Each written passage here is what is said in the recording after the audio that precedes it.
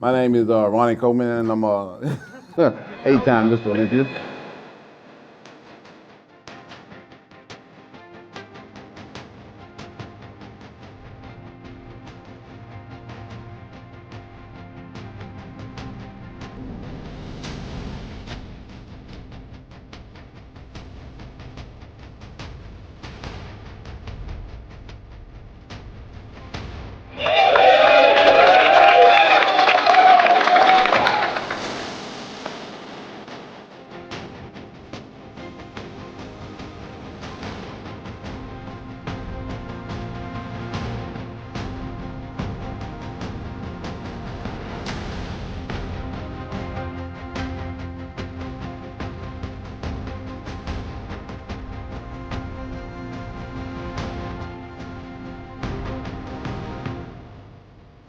That's one thing that I've noticed about life. It waits on nobody.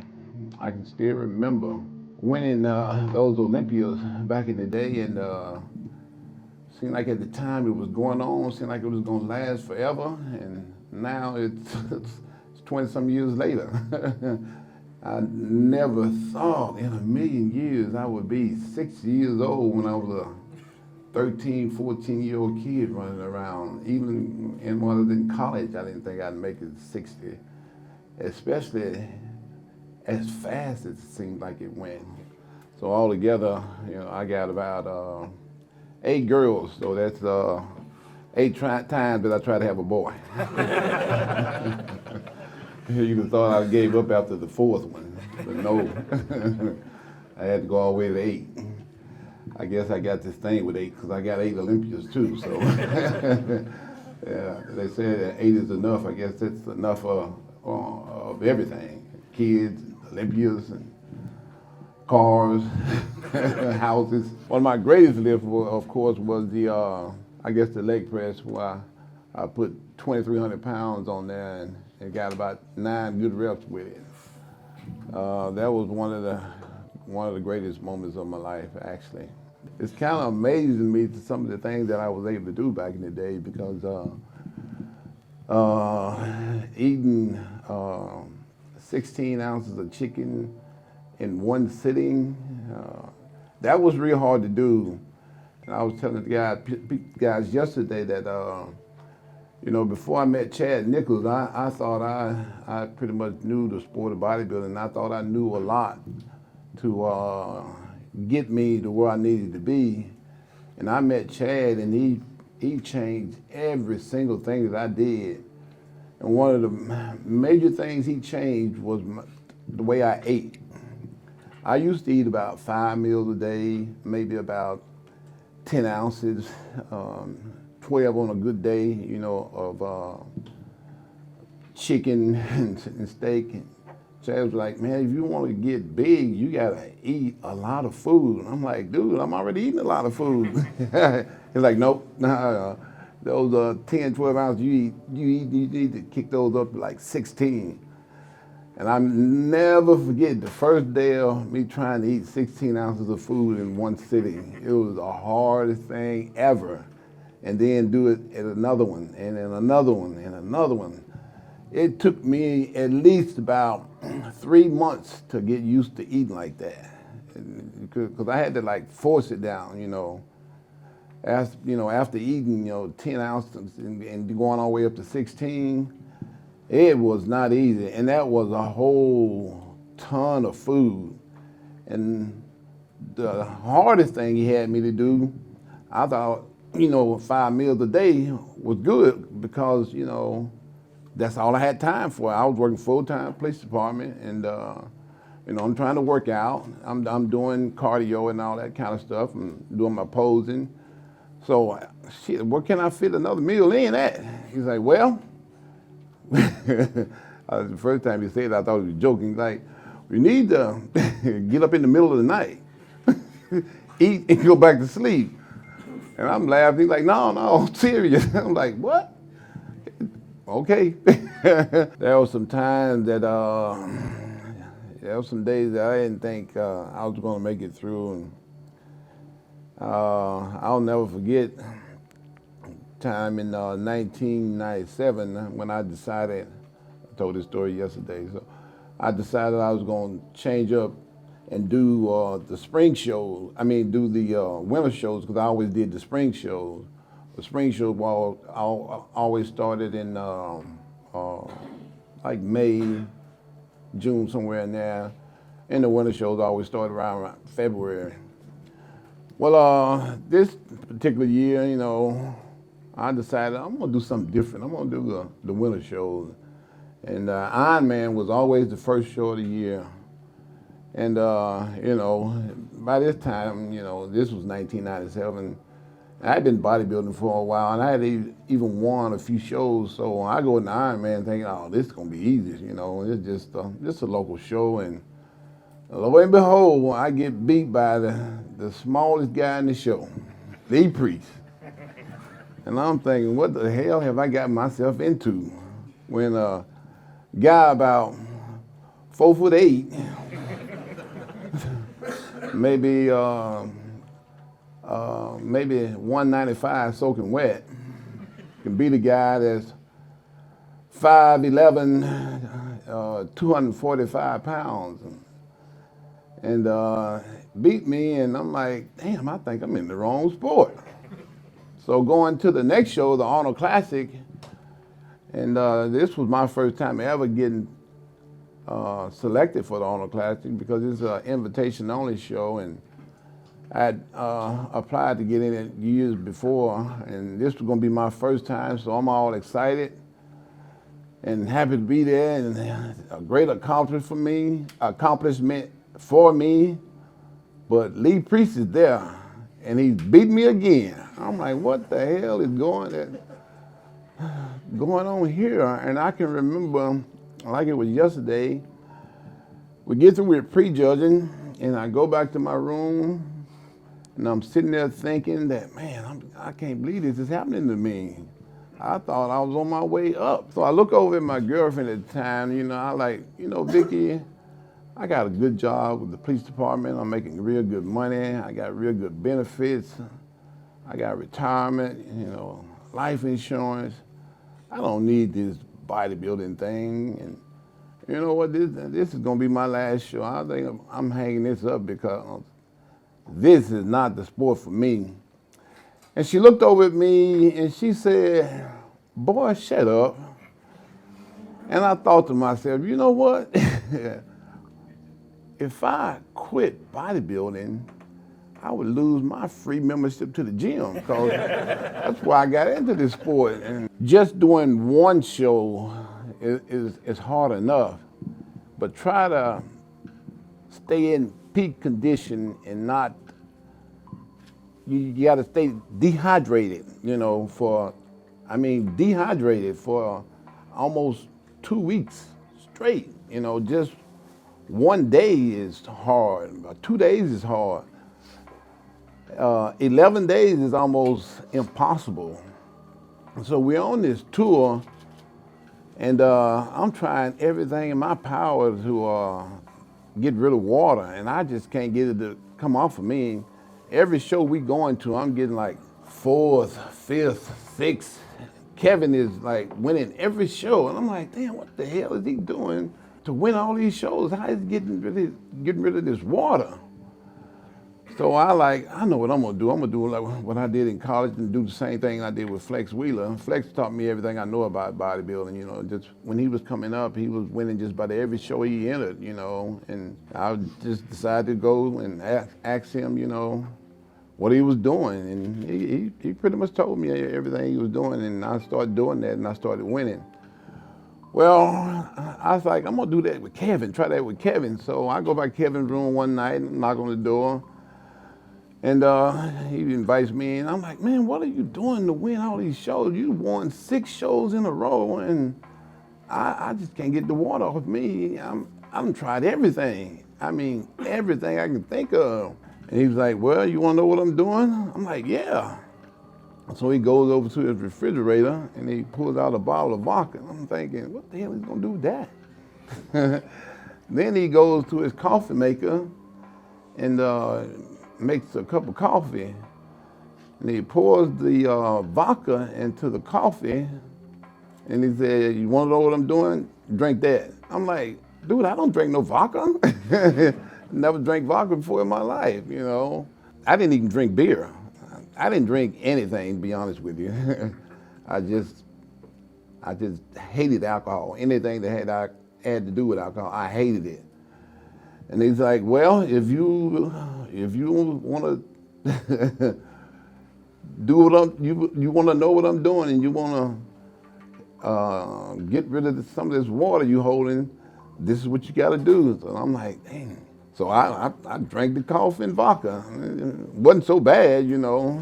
It wasn't that good either, but you know, I wanted the place better, and I was tired of getting my ass beat every show, and woke up the next morning, and man, I got rid of a lot of water, and I looked a whole lot better, and I went to that show and beat Kevin. And that's where that coffee and vodka thing came from, Kevin Levrone. Did you ever think the phrase, yeah, buddy, would be as big? No way in hell. I was just happened to be in the gym bored trying to just think of something to fire me up because, you know, Texas, it get pretty hot in the summertime. I mean, real hot. And you need any kind of motivation you can to get yourself going because it could be tough. It could be real tough. That heat ain't no joke. You need every ounce of motivation you could think of. And yeah, buddy, lightweight. Still ain't nothing but a peanut got me through a lot of hard training sessions. You mentioned one of your biggest regrets was not going heavier. Is there any more? Yeah, like I said, you know, that 800-pound squat, you know, I had already deadlifted it before, and it was extremely hard, and it took every ounce of strength in my body to get that second rep up, you know. The first one was kind of hard, but that second one was extremely, extremely hard. So when it came to the squat, I'm like, okay, if I could just get 2 reps, you know, and I never squatted. The most I ever squatted back then was probably about, I went to 585, you know, every day that I did legs and got it for 12 reps, you know. But, you know, I knew that if I could deadlift it, you know, I could squat it too because that's the way it always worked. I started out in powerlifting when I was in high school, and my squat and my deadlift was always pretty much the same. You know, if I squatted 500, you know, deadlifting was no problem, and vice versa. So I just took that same, you know, phenomenon and applied it here. You know, I'd already deadlifted it, so squatting it shouldn't be too much harder. So in my mind, all I'm thinking is 2 reps. You know, that's gonna be the goal here. If I can get those 2 reps, you know, I've done something. So the first rep was light, like real light. And I'm like, oh man, this is light. So I went a little bit lower on my second rep. And as soon as I put it up, I'm like, oh man, I screwed that up real big, real bad. I had another 4 reps in me, but I ain't gonna try that again. I'm too close to the Olympia, you know. I ain't trying to get injured here, you know, leading up to the show. So, well, the next exercise was gonna be leg press. And I had already designed this leg press to hold a lot of weight. I just didn't know how much. So I said, I'm gonna put as much weight as possible on this leg press to make up for, you know, those other 4 reps that I didn't get on the squat. So we got out a calculator and added it up, and it came to 2,300 pounds. So I'm like, okay, here we go. I'm going all out. And I was able to get 9 reps, you know, with 2,300, but Still didn't make up for those other 4 reps, but it somehow, you know, in a way made up for it, but it really didn't really make up for it in the way that I wanted it to. But needless to say, that's still a regret that I have today. But hey, like I said, I'm not gonna try that again. Because, you know, you never tempt fate, you know, when you getting ready for a show. Where did you learn how to pose? Brian taught me. Like I said, when I got into the sport of bodybuilding, I knew nothing about it. I didn't know nothing about posing, dieting, nothing. And Brian taught me everything I needed to know. And like I said, when I learned everything from him, I went on to the next guy and the next guy. And same thing with posing also. I went on to the next guy that knew more about posing than Brian knew about it. And I always, for the most part, you know, hired somebody to choreograph my routines because I wasn't really that good at it anyway. Did you ever skip any workouts? You know, just decide you didn't want to go in that day? Never. Never had any days like that. I went to the gym every single day. There was one day that I remember that I had the stomach flu, and I just couldn't get out of bed to save my life. And that was the only day that I can ever remember missing my whole career, just that one day. That was the only time that I was sick. I can count on one hand the number of times I've been sick. On one hand, out of 60 years, the times I've been sick. What's been your favourite exercises you would do just like throughout, like with everything? Well, I've always liked doing legs. That was always one of my favorites, and biceps was another one of mine. I like shoulders a lot too, but then again, chest was one of my favorites too. So that's part of my powerlifting thing. I like training back a lot because that was one of my favorite body parts on stage. You know, once I was up there, and then I did like traps too because that kind of made for a real good, most muscular. You know, so traps was another one of my favorites. Oh, let me see. Oh, let me think about that one for a minute. I'm gonna get back with you on that. Yeah, buddy. Lightweight. It still ain't nothing but a peanut. For sure. Everybody gonna always want to be a bodybuilder, and nobody gonna want to lift no heavy ass weight.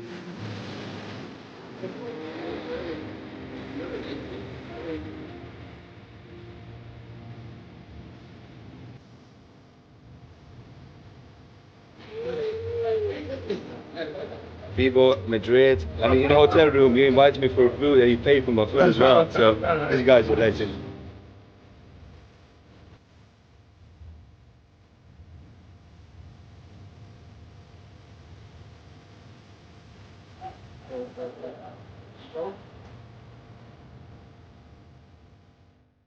My favourite part of this evening was obviously getting my picture signed by Ronnie himself.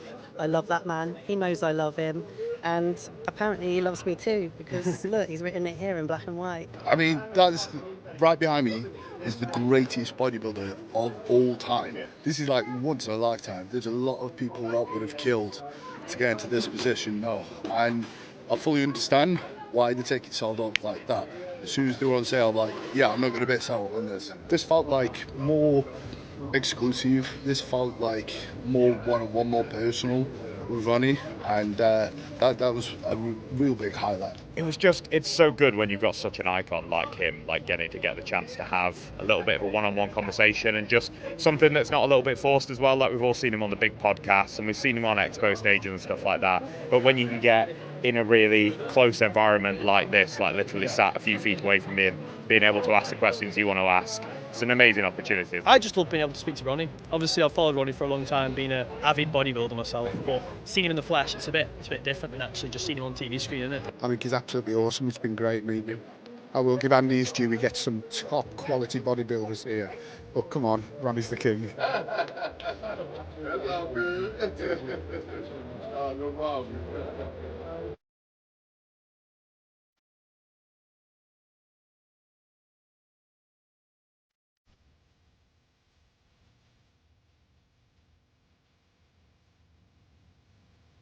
Your boy Big Ron here. We're at Strength Asylum, and I had one of the most amazing days with a whole bunch of wonderful people. And I'm looking forward to coming back again because it was an off the chain day. Yeah, buddy! Lightweight baby. Y'all know, like I know, that it still ain't nothing but a peanut.